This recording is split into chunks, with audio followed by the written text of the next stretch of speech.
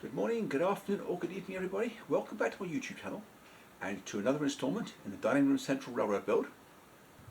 In the previous episode, you will have seen me start on the rough landforms for the scenery around the outside of the helix. In this installment, I'll work on a tunnel, some bridges, extending that scenery base and completing all the rock carving. That's a lot to cover in one episode, so without further ado, let's just get out into the workshop and get to work. Well, earlier this morning I cut out the sub-road bed for the upper track across the gate, and I wanted to get the bridges installed, and I wanted to work out what I need in the way of piers and abutments, but I had a minor repair to do to the bridge where it took a fall the other day. It only took a few seconds to do, but the plastic was bent, so I need to leave it clamping up for a while so the saw can go nice and hard. So while I was doing that, I decided to work on the tunnel portal on the lower track, and then I got a brand new Woodland Scenics portal out that arrived a few days ago and found that the casting was broken in half.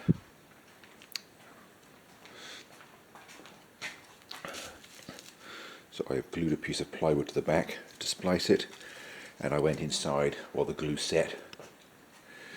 So now I can continue.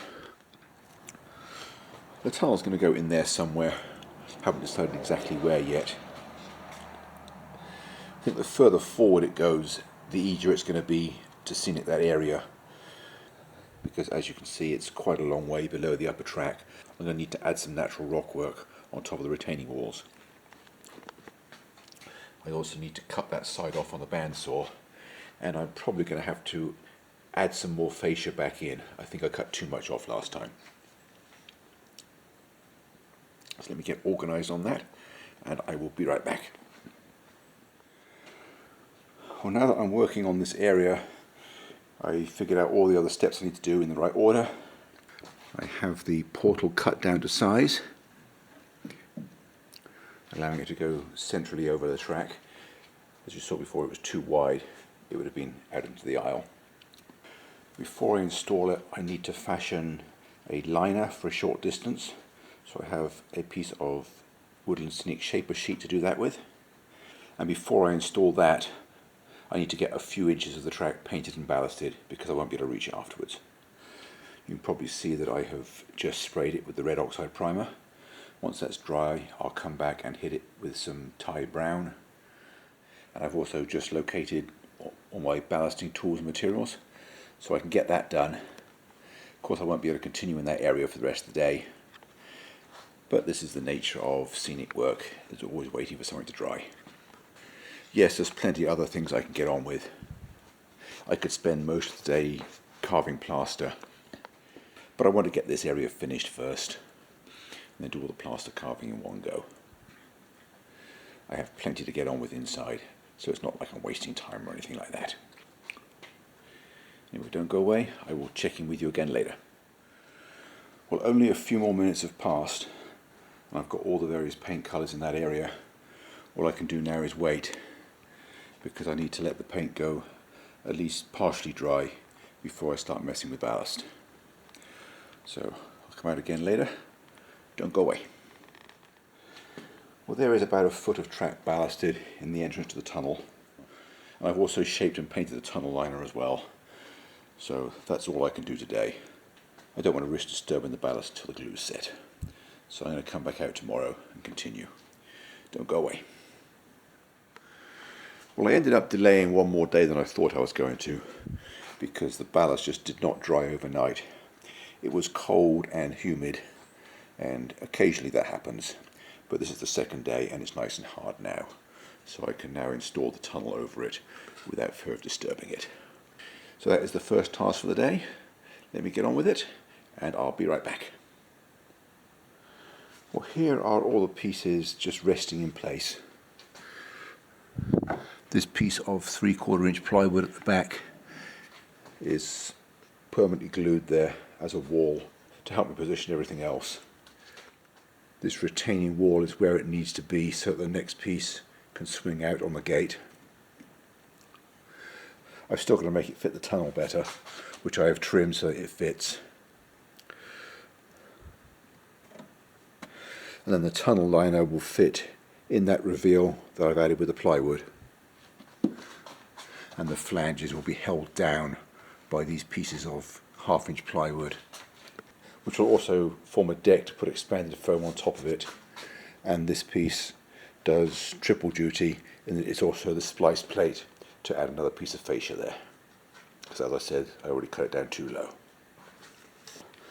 So the next thing to do is to get these two castings to fit together nicely, and then I'll get everything glued in place, and then I can continue. So don't go away, I'll check in with you again later. Well, I'm happy with the fit of everything now. So what I've got to do is take everything apart, making sure I don't move the liner, and draw around it, and then put a mark on the benchwork where it goes before gluing it back in place. I'm so glad the bandsaw was close to where I'm working, because I made about a dozen trips over there before I was happy with the fit. You know, I'm going to turn the camera off and get back to work. Don't go away.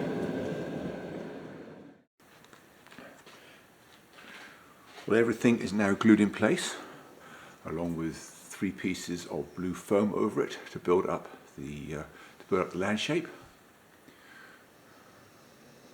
I might put another one on top and go even higher, make it a little bit of a cut on the upper track. I don't know yet. But with that done, I can now continue elsewhere. So don't go away, I will check in with you again later. Well, here is the first test fit of the bridge piers. The way of testing the level is to place a metal straight edge from one side to the other. As we can see, this pier is about 1/8 of an inch too low, and this one is about 1/8 of an inch too high. So I have to trim one and shim one. So let me go away and do that, and I'll be right back. Well, I'm now happy with the height. Both ends are sitting just about perfect. This end I shimmed up with a piece of masonite, and it was exactly right. This end I ended up cutting off too much. I took one whole course of stones out, and then I ended up needing a piece of masonite under here as well. Actually, come to think of it, this could be a little on the high side. The roadbed's not sitting quite right there, so I want to lower it by maybe 1/2 millimeter or so. And then whatever that doesn't get, I will shim the approaches to it through that cut where the glue bottle is.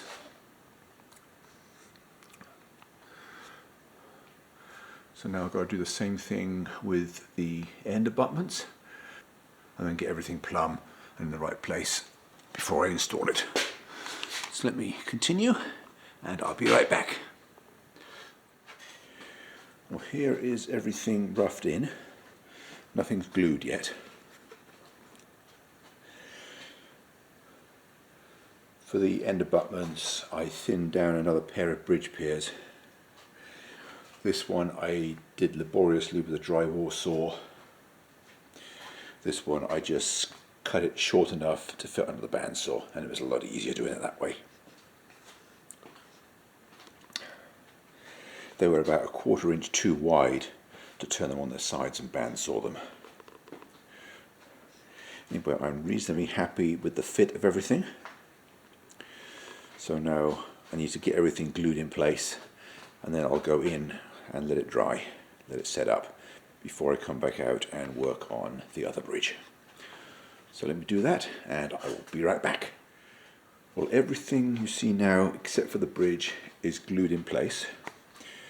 All I can sensibly do now is leave the room and let it set up, because I can't risk disturbing it or causing vibrations that are going to move everything. Just cutting something locally is likely to cause the glue joints to slide. I don't want to risk that happening, so I'm going to go in and come back out tomorrow.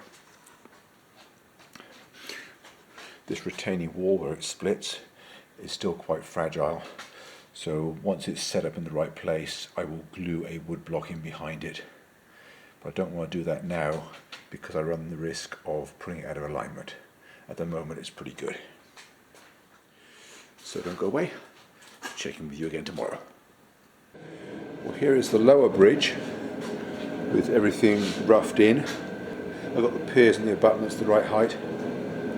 I've still got to trim the abutments, they're way too wide at the moment because they are double tracks, they're the offcuts from what I had before. I've got piers with pointed ends for the middle because the plan is that they're going to be in the water. So next step is to get all that glued in place and I'll be right back. Well, the lower bridge piers and abutments are now shimmed and installed and glued in place. I've also added a new piece of fascia where I cut it down too low earlier. It was just a case of shaping it by trial and error on the bandsaw. In retrospect, it would have been a lot easier to put a scrap piece in behind the old fascia before I did the tunnel. But I thought about it about a few minutes too late. So I'm just going to leave this piece of wood leaning against it with some weights on the bottom, and that will hold it in place while the glue dries. I'm not going to do much more today, so I've just got to avoid tripping over it for the next few minutes, and then I'll be good. Well, once again, this is all I can do for the time being. I have got the head walls in for the lower bridge.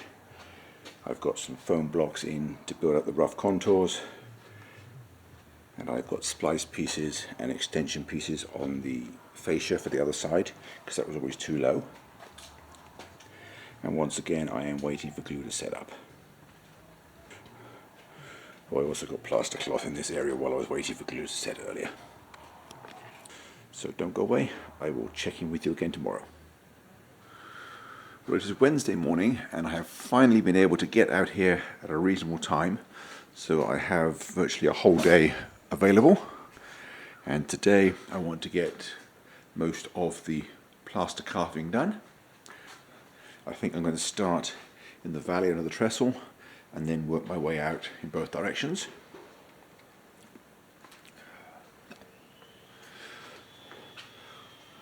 Everything that I had to catch up on over the swing gate has been caught up. I've still got to trim the fascia down on both sides,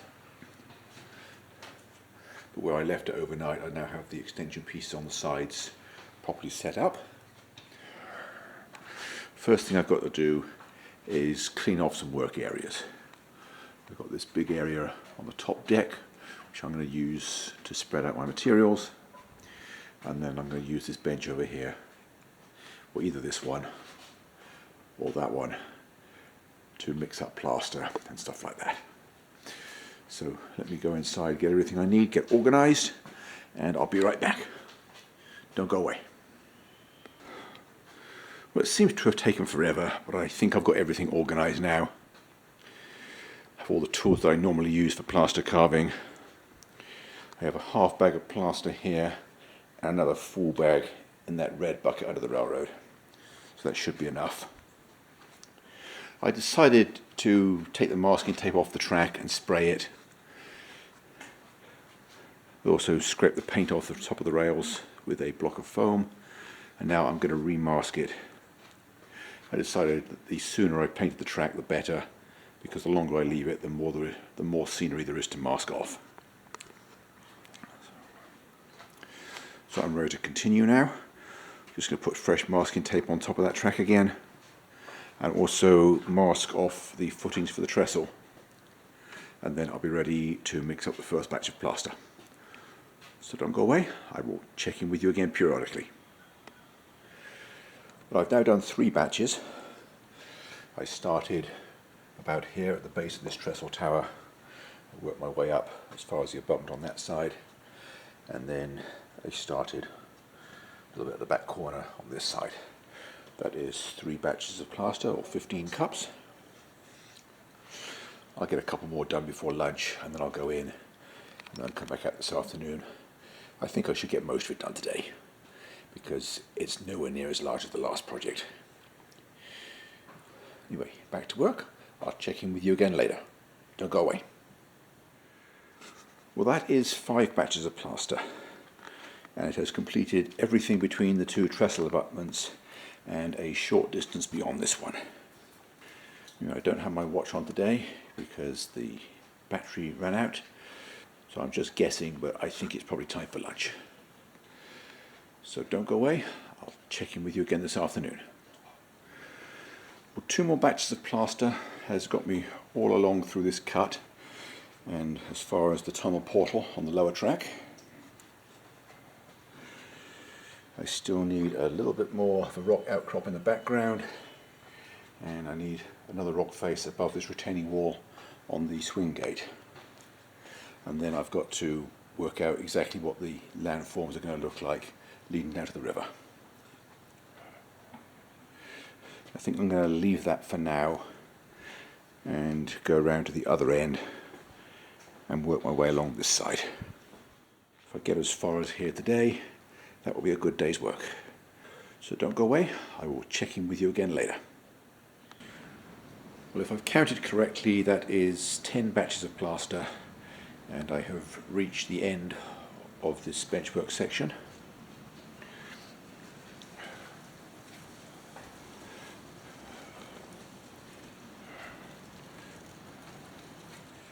Tomorrow I will continue at this end.